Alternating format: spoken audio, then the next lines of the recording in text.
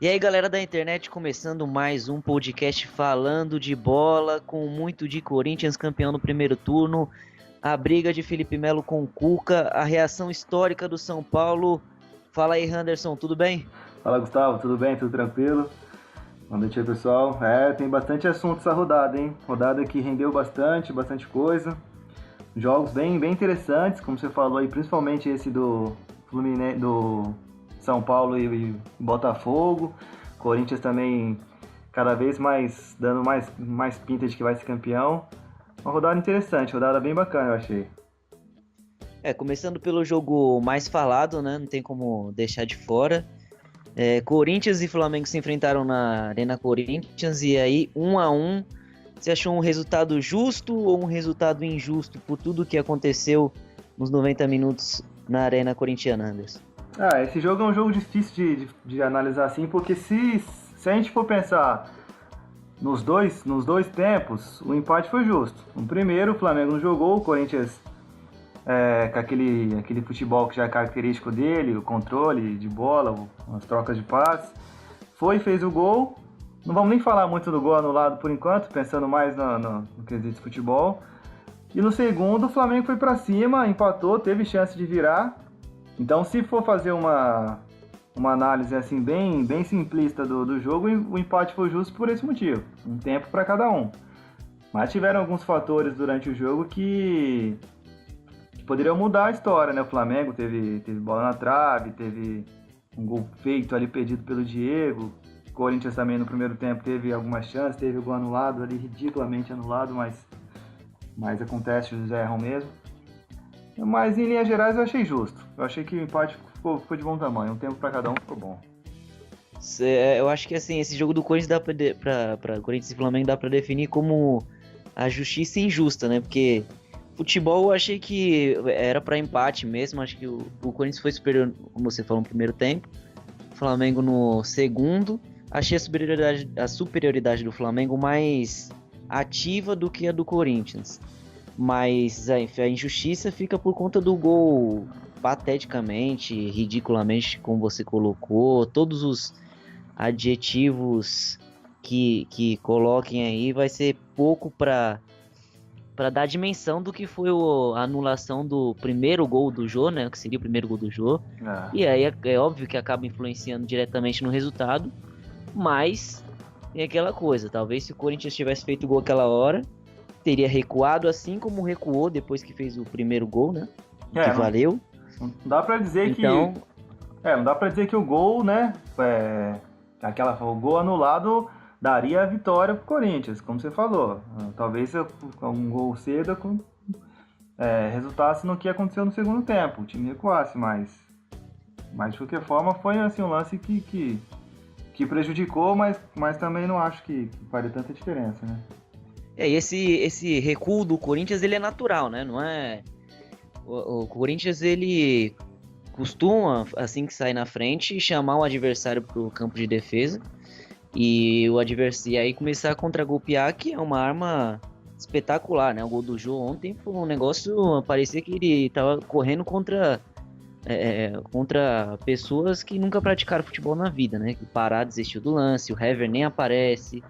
Aí você achou também que era defensável aquela bola? Eu achei. Na hora que o Jô chutou, até antes da bola entrar mesmo, na hora que ele chuta, meio que já dava a impressão de que o Diego Alves ele pulou meio com o braço encolhido, ali talvez uma questão de ter se posicionado errado, mas eu acho que se não chega a ser uma falha assim muito clara, era uma bola que, se ele estava um pouquinho mais bem posicionado, ele chegava.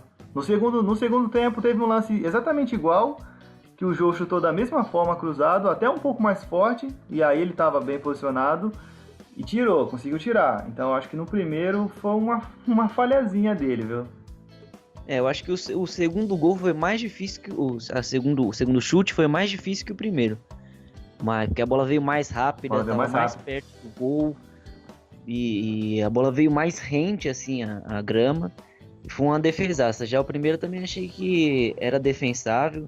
Mas aí são várias coisas, né? A primeira vez que o cara tava jogando pelo Flamengo, estava parado, né, de férias desde que veio do Valência, estava treinando apenas 12 dias, então tem várias coisas, é um goleiraço, né, acho que chega para resolver o problema do Flamengo, mas ontem acabou cedendo o primeiro gol pro Corinthians. E aí, assim que o Corinthians fez o primeiro gol, achei que o Corinthians deu muito a bola pro Flamengo, assim, foi um negócio, é óbvio que é treinado, o Corinthians faz isso muito bem, mas ontem foi deveras, assim, teve uma hora que o Corinthians não conseguia mais passar do meio de campo, né? E aí o Corinthians foi chamando o Flamengo, por mais que o Flamengo não ameaçasse com tanta efetividade, acabou achando o gol no escanteio cobrado pelo Pará, uma impulsão impressionante do Juan e um golaço do Hever de voleio, né? O que você falou é um ponto bem interessante. Essa tática tem duas coisas, essa coisa de dar a bola para o adversário, tem duas coisas que a gente tem que observar sobre isso daí.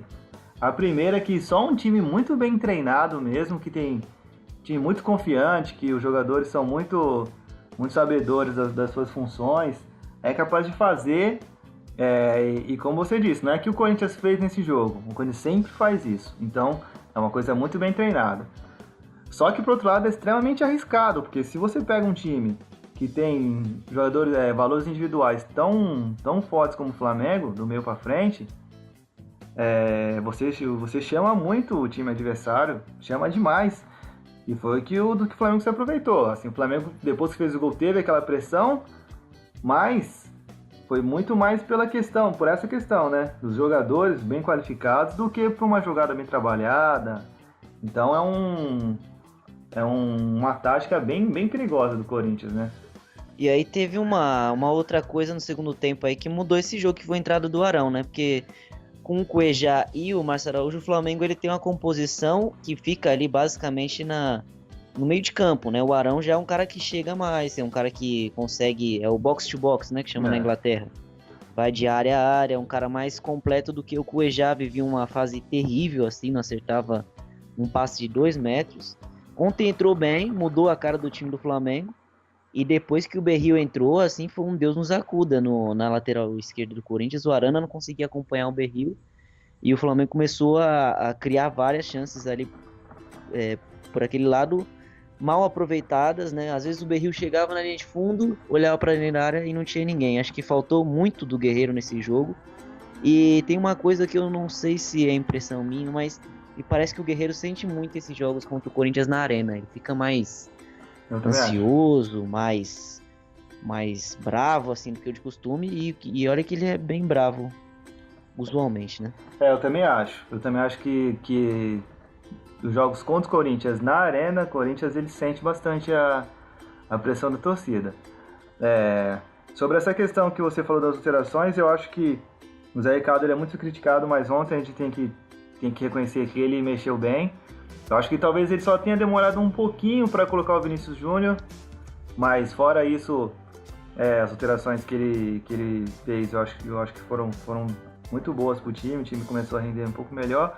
E a questão do Guerreiro também, isso que você falou, aconteceu muito, o Berril chegava várias vezes na linha de fundo, não tinha ninguém, mas aí eu acho que assim, que faltou um pouco de gás no Guerreiro. Eu acho que o Guerreiro no primeiro tempo ele estava voltando muito, ele tem feito isso em todos os jogos, ele sai muito da área para buscar a bola. E eu acho que fica a impressão de que faltou um pouco de perna para ele no final do jogo ali para acompanhar as subidas do Berril, o que é difícil, né? Acompanhar o Berril, que é um cara que corre muito. O cara corre demais, né? E aí ele corre mais do que a bola, né? Muitas vezes corre mais do que a bola, né? Mas quando ele consegue chegar na linha de fundo com a bola, ou então em condição de cruzar, acho que ontem faltou um pouco de perna pro Guerreiro acompanhar. Várias vezes ele chegava na linha de fundo, o Guerreiro não estava na área, não conseguia chegar, e ele tinha que voltar a bola um pouco mais para trás, dar um passe atrás, para aí sim dar tempo do Guerreiro chegar. E também ali o Vinícius Júnior também na esquerda ali tava deitando em cima do Fagner, hein? Entrou aos 40 do segundo tempo, né, que o Diego sentiu um pisão na mão ali, claro que involuntário, mas depois que o Vinícius Júnior entrou, a gente viu o desespero na cara do Fagner, né? Um pedido de clemência pelo fim do jogo, tomou 2 dribles, se jogou em uma bola. Depois que o Vinícius Júnior entrou, o Flamengo teve umas 2 ou 3 chances de vencer. O Cássio tirou uma bola cruzada do Vinícius Júnior que tava nos pés do Guerreiro, né? Depois que o Vinícius Júnior entrou, o Corinthians teve muitos apuros, assim. E aí, assim, do lado positivo, quem você destacaria? Quem que te chamou a atenção individualmente nesse jogo? Dos dois lados. Dos dois lados eu acho assim, do lado do Corinthians, não tem como não citar o Jô, né? O cara tá numa fase impressionante, assim, e o Balbuena também é um cara que é um zagueiro que ele tira todas as bolas, raramente ele perde uma bola muito rápido. Você vê que no gol, ele antecipa. O gol do Corinthians foi interessante porque ele que antecipa uma bola que o Trauco tentou enfiar pro Guerreiro. Ele antecipa, toma, carrega e serve o jogo. Então, é um zagueiro muito rápido, mas tendo que escolher um só, eu escolho o jogo porque é um cara que tá iluminado, tá numa fase impressionante. O cara tá fazendo gol pra caramba, já é o artilheiro do campeonato. Né? E no jogo de ontem do Flamengo, é difícil, porque o Flamengo no segundo tempo ali chegou muito mais na base da pressão. Mas eu acho que o Arão acho que entrou muito bem, mudou o time, né? Mudou a dinâmica do Flamengo ontem. No primeiro tempo, como eu acho que foi todo mundo muito mal, então eu escolho o Arão do Flamengo. E engraçado é que eu concordo com você, acho que Jô e Arão, porque para ambos os lados eles foram os mais importantes. Os dois são crias do Corinthians, né? E precisaram sair para ter o devido reconhecimento. O Arão agora pelo Flamengo não estava tão bem, ontem entrou bem, e o Jô faz um ano espetacular, né? Acho que o Jô é um cara que a gente virou motivo de chacota, passou mais de um ano sem fazer gol, tava ali no grupo que tomou 7-1, então a imagem dele era bastante arranhada. Agora é um cara que fisicamente está sobrando no Corinthians e tá com faro de gol impressionante. A bola caiu no pé dele 2 vezes, ontem as 2 ele acertou o gol. Finalizou muito bem nas 2, né, realmente. E a participação que ele tem durante o jogo, né? Um cara que se posiciona bem, então você vê que tanto no gol anulado, ele consegue se desmarcar do zagueiro, né? Então quando a bola vem cruzada, ele tá sozinho, ele se desmarca do zagueiro muito fácil. E no gol que valeu, né, velocidade, recebeu a bola ali na intermediária, foi levando, né, botou na frente, deixou tanto Pará quanto o Hever para trás, colocou na frente e finalizou, ainda que a gente tenha achado que o Diego Alves tenha falhado um pouquinho, mas o chute foi cruzado, chutou muito bem. Então, além do faro de gol, do posicionamento, a participação dele durante o jogo também é bem interessante, né? E o pior da partida, quem você acha que foi, dos dois lados, quem te surpreendeu de forma negativa? Do Flamengo, Pará, eu acho que foi muito mal. No gol, principalmente, talvez tenha sido o lance que tenha né, simbolizado toda a partida ruim que ele fez e que vem fazendo. Eu acho que o Pará tem jogado mal ultimamente. Pará, eu acho que foi muito mal do Flamengo. Já do lado do Corinthians, no Corinthians é difícil achar um cara mal, né, que tenha... Mas eu acho que o Arana ontem não tenha sido mal, mas eu acho que ele já fez partidas bem melhores. Acho que ontem ele ficou um pouco mais preso na marcação, depois que o Berril entrou, então aí que ele não conseguiu praticamente mais apoiar, porque tinha o Berril jogando naquele lado ali. Então talvez o cara tenha sido destoado um pouquinho pelo que eu já tenho visto, que ele rendendo muito bem. Eu acho que ele foi o que deixou a desejar um pouquinho ontem. E o Rodriguinho também. Acho que até... O Rodriguinho foi sumido, né? Eu acho que assim, tecnicamente o pior foi o Giovanni Augusto. Entrou muito mal, ele errou praticamente todas as jogadas que ele tentou, ele perdeu. Do lado do Flamengo eu vi um Trauco muito, assim, o Pará jogou mal, mas o Trauco errou de passe é uma enormidade, né? E o Trauco, acho que tem uma outra situação psicológica aí. O Trauco já falou diversas vezes que o Guerreiro é ídolo dele, ele se espelha no Guerreiro, pelo fato da mesma nacionalidade. O Guerreiro é o maior artilheiro da história do Peru. E o Trauco, toda a bola que ele pega, ele força no Guerreiro. No primeiro gol ele perdeu uma bola que não pode perder, você não pode dar uma bola de graça para um adversário praticamente no meio de campo, com todo o seu time posicionado lá na frente. Óbvio que o Pará falhou feio em não ter feito a falta, não ter acompanhado, mas o gol começa com o erro do Trauco. Então o Trauco e o Giovanni Augusto ontem muito mal tecnicamente. Mesmo com o empate, o Corinthians ainda é o líder, 8 pontos de vantagem, graças ao empate do Grêmio com o Santos na Vila Belmiro, na Arena do Grêmio, né? Na Arena do Grêmio, isso. E é campeão no primeiro turno aí com 2 rodadas de antecedência, né? Eu queria deixar bem claro o quanto, e não precisa nem dizer, porque o time, só o fato do time do Corinthians sequer ter perdido, ele fica bem claro que o quanto eles estão sobrando, mas o título do primeiro turno, né, simbolicamente, não é algo que vale muita coisa, mas para deixar claro o quanto esse time ele tá passos na frente de todos os outros, né? Que se não houver... a gente estava falando isso desde o primeiro podcast, a gente falava, o campeonato está começando, mais rodadas vão passando, e você vê que o ritmo deles não caiu, né? O rendimento do Corinthians não caiu. Então, a menos que haja uma coisa muito... uma reviravolta muito grande dentro do clube, dentro do elenco, sabe? Ou alguma contusão, não sei. Mas a menos que haja alguma coisa que realmente tire, né, o foco, desestabilize o time, eu acho que, assim, o Corinthians é difícil, acho, encontrar uma forma do Corinthians perder esse título, né? Pelo que vem jogando, ainda que falte um turno inteiro. Corinthians campeão no primeiro turno, o Grêmio vai se mantendo como segundo colocado, empatou com o Santos, né, como a gente já disse, e a vantagem continua a mesma. O novato aí no G4 é o Palmeiras, que venceu o Avaí em casa, 2-0. Avaí é o time que vai se mantendo ali onde todo mundo imaginava que ele fosse ficar, que é a zona de rebaixamento. O Palmeiras parece que deu uma acordada aí, né? Agora o Daverson chegou, fez gol. Parece que é aquele jogador que o Cuca queria. Em compensação, o jogador que o Cuca não quer é o Felipe Melo. Você tem acompanhado essa história Cuca e Felipe Melo? O que você acha de mais uma briga do Cuca com o jogador de onde ele treina? O Cuca quer ver o Capeta, mas não quer ver o Felipe Melo, né? Assim, 2 coisas a gente tem que analisar sobre isso aí, nessa situação toda. O primeiro, a gente tem que reconhecer que o Cuca é um treinador difícil para lidar com jogadores assim de um temperamento mais explosivo. Ele claramente é um treinador que não consegue contornar, apagar esses incêndios.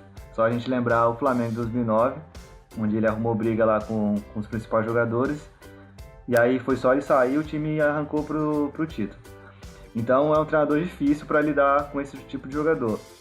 Embora o Felipe Melo também, a gente tem comentado sobre isso muitas vezes, até quando a gente conversa assim, e você em off, de como o Felipe Melo ele é um cara que parece que tá passando um pouco do ponto nessa coisa, né, de ser pitbull, de ser polêmico, de ser um cara brigador. Acho que ele é aquele caso onde o personagem meio que tomou a frente, né, da pessoa Felipe Melo mesmo. Então ele é um cara que era difícil imaginar que ele não arrumaria algum tipo de diferença.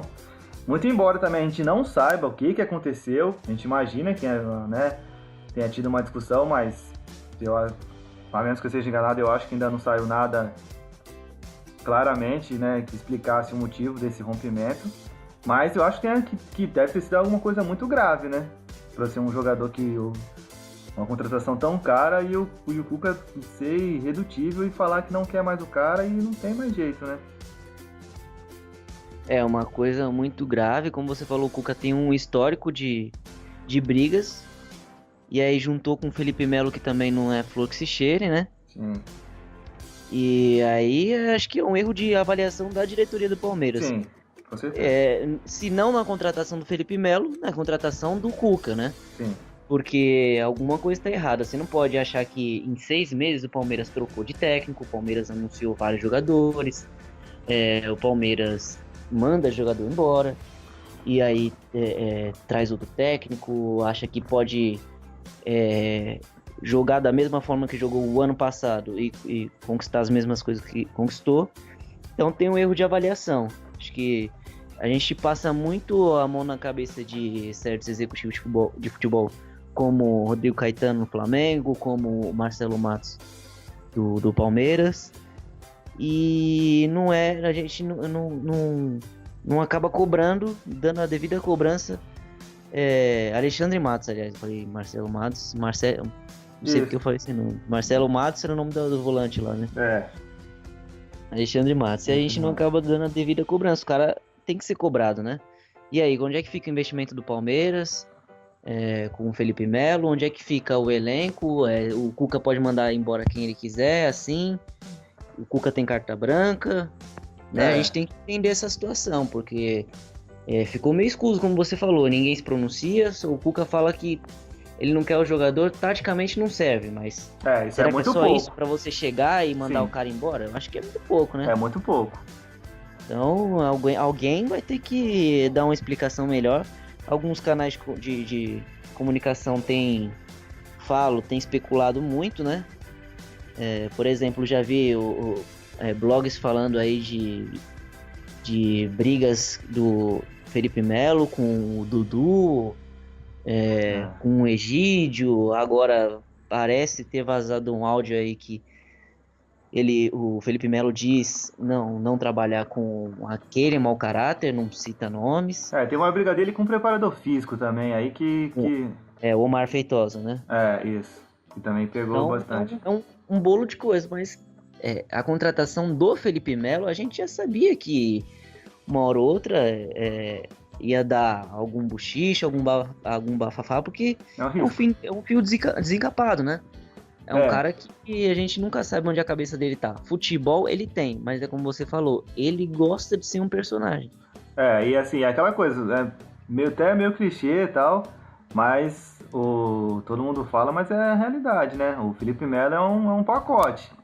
Cara que time que for contratar, ele tem que analisar tudo isso daí. É um cara que tem futebol, como você bem falou, sabe jogar bola, um jogador que, né, já passou por seleção brasileira, disputou Copa do Mundo, jogou só em time grande na Europa. Só que tudo que vem junto com esse futebol, né, é difícil você conseguir encaixar isso também. Essa questão de ser um cara explosivo, de ser um jogador que às vezes fala demais, que pode, de um lance ou outro, pode perder a cabeça e deixar o time na mão, com um jogador a menos, ser expulso. Então, assim... Mas aí tem um outro ponto também que a gente tem que lembrar, e você falou muito bem, é a diretoria, sabe? Quando o Felipe Melo foi contratado, todo mundo sabia que era isso daí, né? O Alexandre Matos, né, o presidente do Palmeiras lá, não sei, acho que não era mais o Paulo Nobre, né? Já foi nessa gestão agora. Já foi na gestão Maurício Gagliotti. Então, eles sabiam como que era o cara, né? Não foram enganados. E contrataram, fizeram um investimento alto. E aí depois contrataram o Cuca, trouxeram o Cuca de volta, né? Sabendo também que o Cuca não consegue lidar bem com esse tipo de jogador. Então foi tentando consertar, eles foram errando cada vez mais, erro em cima de erro. E a ponto de ter que dispensar um jogador desse tipo, né? Então eu acho que, realmente, você falou muito bem, nesse caso, a diretoria do Palmeiras tem que assumir aí 80% da responsabilidade. Não só nesse caso, mas das contratações ruins, né? Porque, pagaram a grana lá, nota no Borra. E agora, assim, fica muito claro que não, né? Que não, pelo menos o Cuca não conta mais com ele, né? Não vemos, não chega mais ele. Acho que a pedida de um outro centroavante sinaliza isso, né? Exato. Ele não ia trazer um outro cara pra mesma posição pro cara ficar no banco. Pro cara, exatamente, pro cara ficar no banco. E entrou e já fez gol aí, né? Assim, fez um gol, né, na rodada passada, entrou... Marcou lá contra o Sport, então foram assim um semestre terrível pro Palmeiras no sentido de planejamento, de contratação. E eu acho que vai muito naquilo que a gente falou também nos programas atrás, né? Eu acho que tanto o Flamengo quanto o Palmeiras meio que caíram nessa coisa assim de ter muito dinheiro de uma hora para outra e não saber como gastar, né?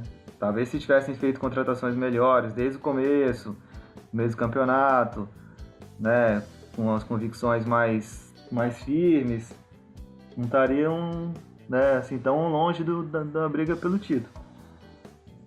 Parece que agora tem um áudio, nesse mesmo áudio aí que eu citei, que o Felipe Melo disse que não trabalharia mais no Palmeiras. Ele também cita que tem o interesse de vários times, que eu duvido muito, mas vamos lá. Ele fala de um interesse do Corinthians, fala de um interesse do São Paulo, se não me falha a memória, Atlético Mineiro, Grêmio e Flamengo. E aí ele diz que esse é o momento de fechar com o Flamengo. Olha, eu espero que não seja verdade, porque você trazer o Felipe Melo, já sabendo do histórico dele, e mais dessa que ele sai escorraçado aí do Palmeiras, eu acho que pela porta dos fundos. É muito estranho pro Flamengo, para qualquer outro time no Brasil, assim, eu acho muito estranho abrir as portas e esperar que o cara seja a resolução de qualquer problema que seja, né? Uma contratação, assim, como a gente falou, qualquer time que contratar ele agora vai estar ciente que é um risco tremendo. Talvez também sirva para ele baixar um pouco a bola em dois aspectos. No sentido financeiro, porque a gente sabe que é um cara que ganha muito bem e tem uma certa resistência em reduzir o salário para se adequar à realidade no Brasil. E também nesse ponto de ser um cara que está sempre querendo ser polêmico, sempre querendo falar demais, às vezes claramente falar demais, e aí colocar não só o time, dos jogadores, como o clube mesmo em situações complicadas. Talvez, se ele está saindo pela porta dos fundos do Palmeiras, se isso for capaz de baixar um pouco a bolinha dele nesses dois pontos, ele pode conseguir se encaixar em alguns clubes. Acho que em nenhum desses que ele falou.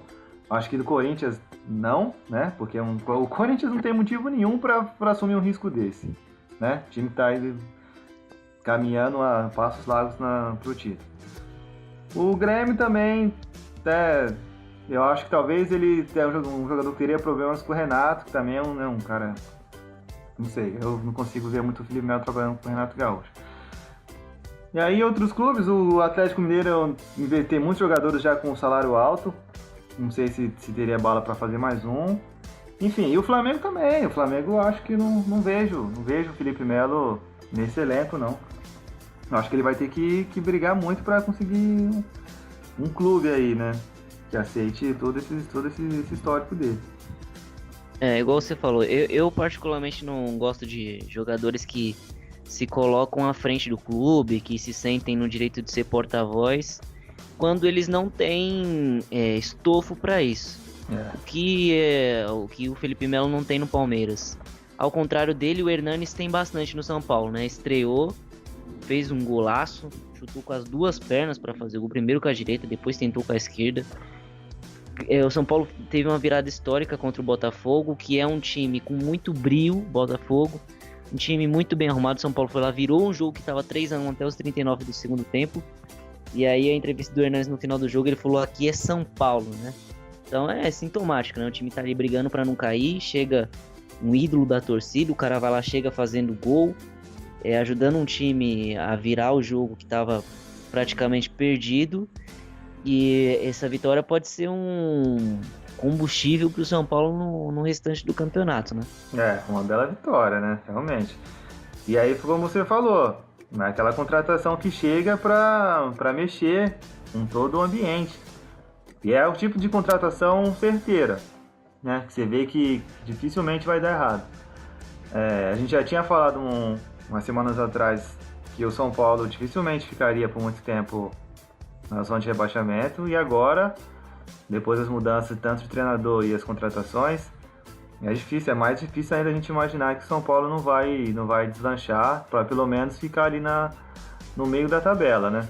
Um jogo sensacional, uma vitória monstra do São Paulo, né? Vitória de garra. O São Paulo, que é um time que os torcedores do São Paulo podem até ficar meio bravos, né, com essa declaração, mas não tem muito esse perfil, né? De ser aquele time, né, brigador que vai na raça, né? Essa coisa que tem Flamengo, tem Corinthians e tal, esses clubes mais de massa. São Paulo não tem muito histórico, mas nesse jogo contra o Botafogo, que é um adversário muito difícil, né? Como você bem falou também, um time que vem embalado, jogando em casa.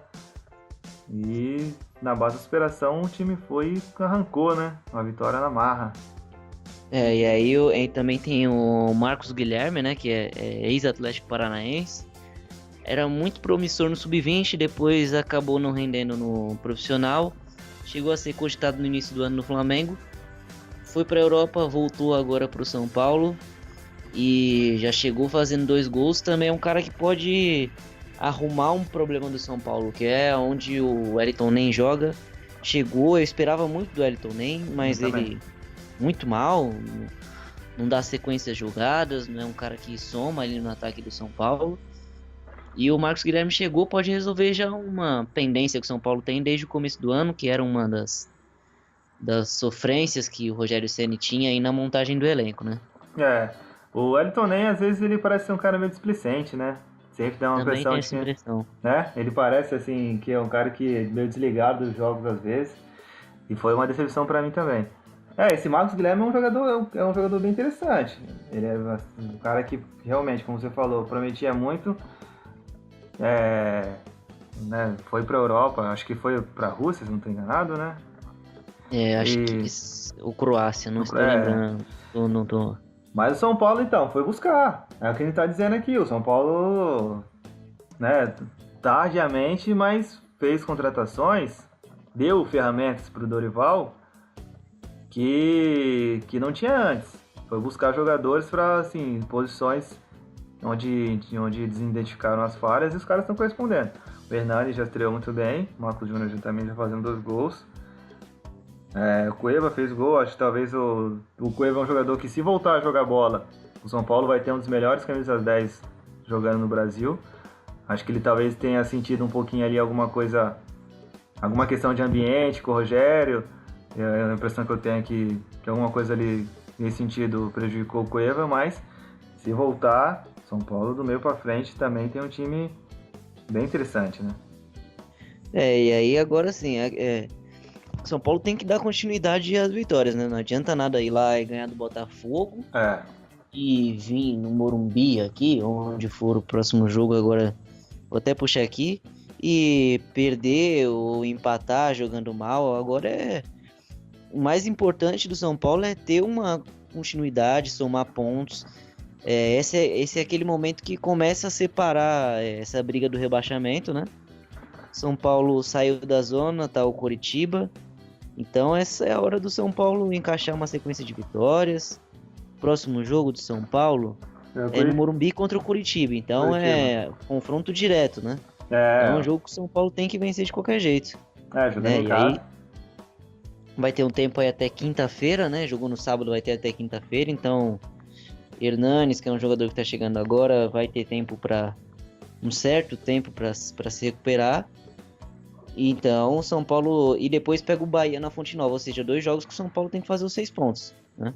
Se o time realmente tá pensando em acabar de qualquer possibilidade de rebaixamento e até de pensar em coisas melhores do campeonato, são jogos que tem que ir para ganhar. A questão da regularidade, né? O time, quando começa o Campeonato Brasileiro, da forma como ele tá esse ano, um time que consegue emendar ali 2, 3... 4 vitórias, ele muda muito de posição, ele consegue subir, ganhar posições muito facilmente, se conseguir emendar essa sequência de vitórias. Precisa ter um pouco mais de regularidade de São Paulo que dá para chegar assim. Concordo com você. E aí tem a próxima rodada também vai ser, agora tem vários jogos. Chegou naquele momento que não tem mais jogo desinteressante, desestimulante no campeonato, né? Todos valem alguma coisa. Então próxima rodada começa com o Sport Fluminense, depois tem Chapecoense e Bahia. Aí jogaço no Mineirão, Atlético Mineiro e Corinthians. O Atlético desistiu de mandar jogo no Horto, porque o único morto no Horto tava sendo o Atlético Mineiro, né? Tava matando mais ninguém. E aí Vitória e Ponte Preta, Botafogo e Palmeiras no Engenhão, bom jogo, né? Botafogo, segundo jogo seguido em casa, vai poder se aproximar do G4. E o Palmeiras pode arrancar uma vitória contra um adversário direto. Tem Santos e Flamengo no Pacaembu. revanche pro Santos do jogo da Copa do Brasil, né? É, o jogo... Aí o Grêmio pega o Atlético Goianiense em Goiânia, em São Paulo e Curitiba, como a gente citou, Atlético Paranaense e Avaí, e fecha Cruzeiro e Vasco. Jogão Santos e Flamengo e Atlético e Corinthians, né? Atlético e Corinthians é que assim, o Atlético é difícil a gente encontrar uma justificativa para o que aconteceu com o Atlético nesse campeonato. Não sei nem se a questão de Libertadores pode ser usada como desculpa, porque se for pensar assim, o Santos também está brigando e está muito bem colocado.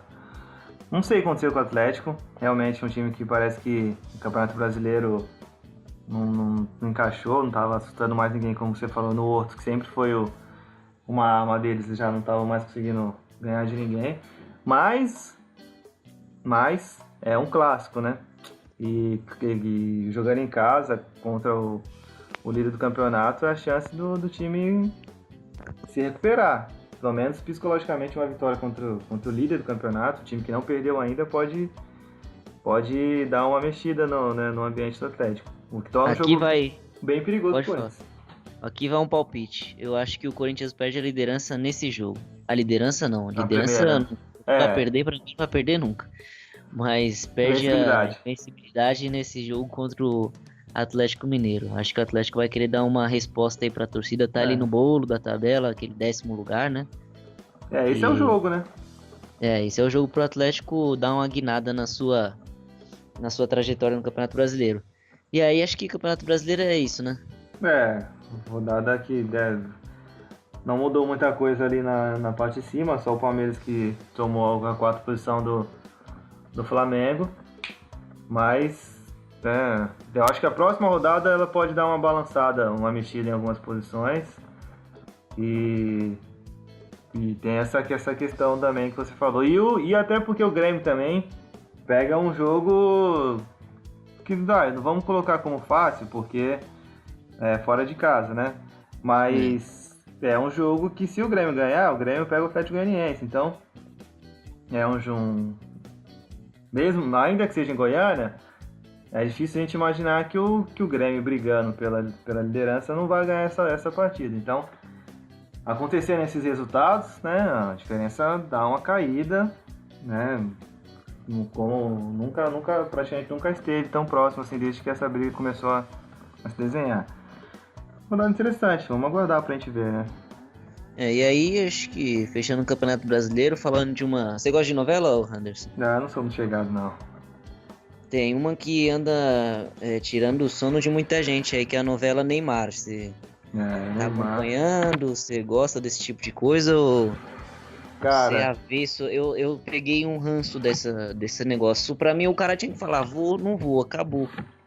Eu acho assim, tudo que envolve o Neymar, no sentido de negociação, é muito parecido com o Ronaldinho Gaúcho, né? Quando tinha o Assis, e a gente sempre sabia que o Ronaldinho ele era um cara que decidia muito pouco, e o Assis era sempre o cara da grana e tal, que, né, fazia altos rolos sempre pra arrancar mais dinheiro de alguém.